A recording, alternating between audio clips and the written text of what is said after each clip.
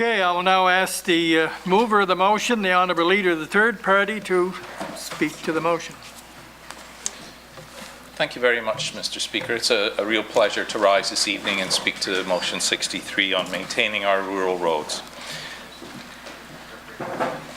If there was unlimited money, governing would be easy. Unfortunately, there isn't. And because of that, governments have to make tough choices about priorities every single day. Pick your department, and they could all use some more resources. More teachers, EAs and TAs for education, more nurses and doctors for healthcare, more social workers for human and family services, and on and on and on.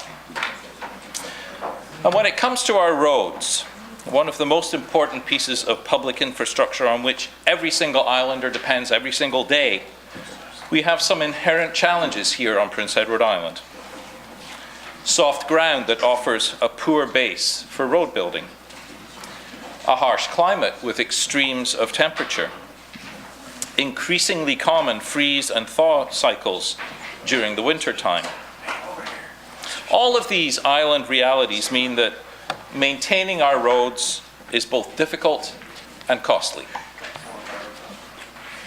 Another unique challenge we face here is the sheer amount of highway that we have on PEI. Because of the way our province developed and was populated, we have far more than the average amount of road per person, more kilometres per citizen than anywhere else in Canada. So we have to maintain more roads per person than anywhere else in Canada. And all of this means that there are some intrinsic factors that make island roads really, really expensive to maintain. And there's not much we can do to change that. We're stuck with what we have. And it is incumbent on government to maintain it and to maintain it well. I represent a rural district, District 17, Kelly's Cross, Cumberland. And I would say that the most common, by far, the most common constituency issue that I get contacted with is roads. Clearing the roads in winter time, all of the woes during mud season, potholes in the spring, culvert issues, ditches, guardrails, grading, repaving, recap, you name it, on and on and on. And all roads, at least in rural districts, lead not to Rome, but to the MLA. People on Prince Edward Island are passionate about their roads, and there never ever seems to be enough resources to take care of all of the problems that are out there. And that, Mr. Speaker, is why we need to be so very smart about allocating what money we have to make sure that we are getting the best value for our money on our roads. The Minister of Transportation, Energy and Infrastructure said this in a standing committee meeting in October 2016. I quote, she was talking about the Cornwall Perimeter Highway. The questions we get about this process tend to focus on why we are undertaking the Perimeter Highway and why we are undertaking it now. The two main reasons we are building the Perimeter Highway are to increase safety and to support economic development in a growing community. Right now, the road from Clyde River to the Maypoint intersection is among the areas where a motorist is most likely to be involved in a collision. The minister went on to say, since the change in the federal government and resulting positive changes in eligibility, many of our road and bridge projects are now cost shareable, which came in the spring. This is the spring of 2016, Mr. Speaker. And that's when we saw an opportunity to begin the Cornwall project this year, end quote. As we all know, there was no mention of this project in the capital budget prior to this meeting, and no consultation prior to the announcement. There was no recent survey of Cornwall residents, and there was no study to show positive economic benefits. Indeed, some service stations and restaurants in Cornwall estimate significant losses when the Perimeter Highway is complete. The justifications for the Cornwall bypass live in the world of make-believe and smoke and mirrors. Despite receiving reams and reams of so-called studies and evidence from the department to support their decision to proceed, there was nothing definitive in that tall stack of paper we received to suggest that safety is an overwhelming concern in this particular area, or that the economic benefits would accrue, or how much they would be. Mr. Speaker, a different minister from the preceding administration once said publicly that no matter how many millions of dollars it costs, and she was talking at this time about the highway that became known as Plan B in Bonshaw, she said no matter how many millions of dollars it costs, if it saves one life, it would be worth it. This comment shows such a profound lack of understanding about what governing is and how it works. I refer the House back to my opening remarks about the limited supply of money that government has and the need to make smart decisions about how we spend it. A few $1 million spent on a new road that may or may not contribute to saving a life is a few $1 million that are not available to hire new medical equipment and the staff to operate it, or money for social housing, or for universal pharmacare, or to repair the roads that we already have that might quite literally be death traps. Let's move from the make-believe world of presumed benefits that may or may not exist related to the Cornwall bypass to some real events related to road dangers on Prince Edward Island.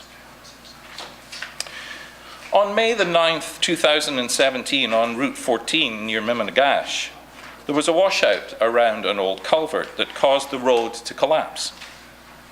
And despite residents having warned of problems in this area prior to the collapse, nothing was done. And a man was injured when he drove over, or rather drove into, the collapsed road. And it could have been much, much worse. And then, on April the 2nd of this year, just a few weeks ago, on Irishtown Road, Provincial Highway 101, there was a culvert failure almost identical to what happened in the Mimminagash incident.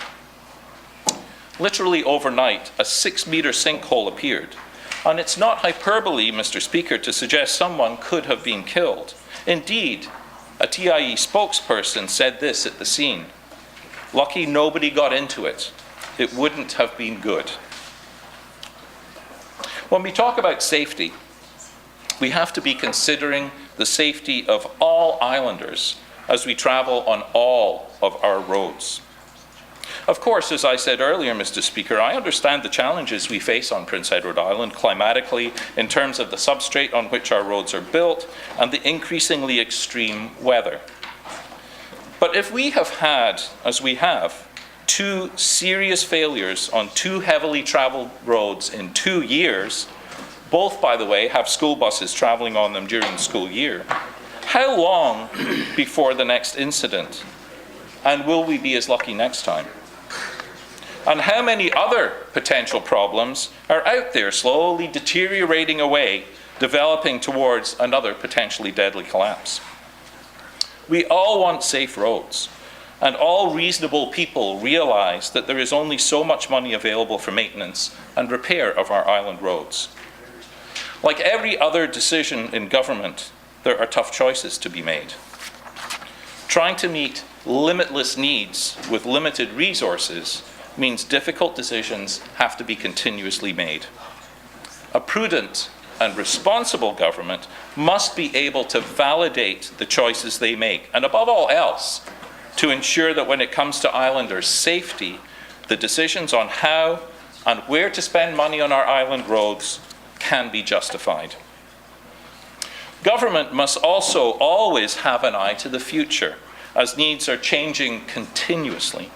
And perhaps there's no place other than transportation or perhaps electricity, as we were just discussing a few minutes ago, where that's more true. There isn't the same call today for blacksmiths as there was 150 years ago. And there's not many positions on the island for railroad engineers these days. To a certain extent, we can project into the future and have some picture of what the future of transportation will look like, and therefore what kind of infrastructure we should be building and designing for the future. The electrification of transportation will be the biggest revolution in cars since they were invented. But those cars still need good roads on which to travel. But, Mr. Speaker, when you combine electrification of cars with driverless automobiles, with Uber technology, with public transportation, with car sharing, and with economic modeling, many people and many studies are suggesting that our future may actually involve fewer automobiles than are on the roads today. And yet we're stuck in the mindset of growth and expansion, in large part because that has always been our lived experience. There have always been more cars, and because there are more cars, we have always needed more roads. But things are changing, and changing fast. And it is incumbent upon governments to foresee such profound shifts in our world order, or in our world, in order that we don't end up using public funds to build stranded assets. Again, a feature of our previous discussion around electrical supply. If we had to build a new road, then it's absolutely a worthy debate to have, to hash out the cost-benefit analysis of what that road might look like. But I have yet to see compelling evidence that we should be building yet more kilometers of highways on the most densely paved province in Canada. And let's not forget that every new kilometer of highway that we do build needs to be maintained. And as we discussed earlier, at not inconsiderable expense. I imagine the tax dollars that islanders pay out to form a sort of community fund, with government being the body that decides how best to spend that money to build our community, the community of Prince Edward Island, to make it resilient, to make it beautiful, to make it equitable, and to make it so that it serves islanders for many generations to come. Roads play a crucial role in terms of community development and well-being and public safety and economic prosperity. And we must make sure that the roads that we have are the right roads in the right places and built for the right reasons. I want my constituents, indeed I want all islanders, to drive through District 17 and across the whole island from tip to tip with confidence that our roads are safe and maintained to the best of our ability. The events of the last couple of years suggest that we have ticking time bombs underneath the thousands of miles of island asphalt. And with some questionable justifications for it being built in the first place, and dubious benefits with no contemporary studies to support the claims made of its positive economic impact, the building of the Cornwall Perimeter Highway, quite literally, Mr. Speaker, at the expense of so many other potential road projects, is causing many islanders, and myself included, to question this government's priorities. Mr. Speaker, I am proud to move this motion asking for support of our existing roads, and I ask this House for your unanimous support. Thank you very much. Thank you, Honourable Leader. I will now call on the seconder of the motion, the Honourable Member for Charlottetown Parkdale, to speak to the motion. Thank you, Mr. Speaker. This evening, when I was able to go home, because I don't live in a rural district, I live just up the road, so I'm able to go home in between the afternoon session and the evening session to see my daughter and grab supper. And this evening, as I pulled into my driveway, there was a bag with something sitting in it. It was a phone book. I haven't seen a phone book for a couple of years, so that was surprising. It's a very small phone book, and I took the phone book into the house, and my daughter asked me what it was. Now, when I was growing up, being listed in the phone book was like you got to be grown up because you had a real phone. But the reason that my 10-year-old daughter doesn't know what a phone book is because the iPhone came out 11 years ago. And in that time, in that 10-year time frame, from when everybody had a phone in their home and we had phone books and you had to be listed in the phone book and you had to know where to look it up, in that 10-year time frame, our world has changed completely. And not only do we not have phones at home, but we don't have phone books, and we don't have Yellow Pages advertising being a business model that really works so well anymore. We don't have all those things that we took for granted when we were growing up. That 10 years is not a very long time at all for things to change. And the amount of investment that was made in things like copper telephone wires and landlines and telephones and answering machines and all of the pieces, voicemail systems, and all the things that go with those things are gone. Because now we have smartphones that fit in our pocket that have more computing power than the rocket that sent men to the moon in 1969. So the reason to talk about phones instead of roads is because that shift and change is for us, most of us in here, a blink in the eye. We can remember the difference. 10 years is a really short amount of time, and it is entirely possible that in 10 years' time we are going to be seeing a future where the way that we use vehicles and the supports that we need for vehicles looks as different as the world does from having had a landline or even a party line, which is what I grew up with, 6 people on the party line. I had 2 longs and a short, I think our ring was.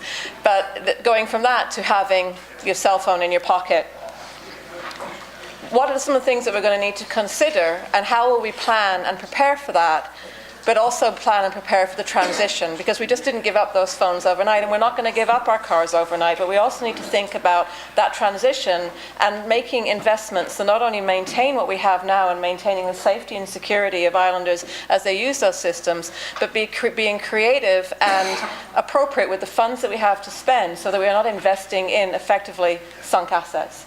And in a future which is not very far away, huge parking lots and very expensive bypasses are going to be something that we are unlikely to need. What we are going to need are things like electric car charging stations, rideshare apps, safe bike infrastructure, interchange spaces for public transit vehicles, places for people to be able to share and share space as they transition from public to private infrastructure. But we're unlikely to need the things that we recognize. And there may be things that we haven't even thought of yet, but making investments now that cost up to 10% of our healthcare budget into something which has not actually any background or study to demonstrate that there is a return on that investment seems, both to me and to people I have to explain that to, including a 10-year-old daughter who's never seen a phone book, that's going to be a pretty difficult explanation to make. We need to make evidence-based decisions, and some of the evidence that we look at is people extrapolating into the future, what our future could be, but it's also making good decisions with the information that we know. And when we know that we're in a position in a space of incredible transformative change, investing in architecture and infrastructure, which is well past its sell-by date, just doesn't make good fiscal sense. So for that basis, I'm really proud to support the motion put forward by my honourable colleague this evening. I think it's one that kind of gives us a bit more of a sober thought about how we can not only protect islanders now, but think about protecting our fiscal investments and our assets and infrastructure into the future. And I look forward to unanimous support for this motion. Thank you, Mr. Speaker. Thank you, Honourable Member.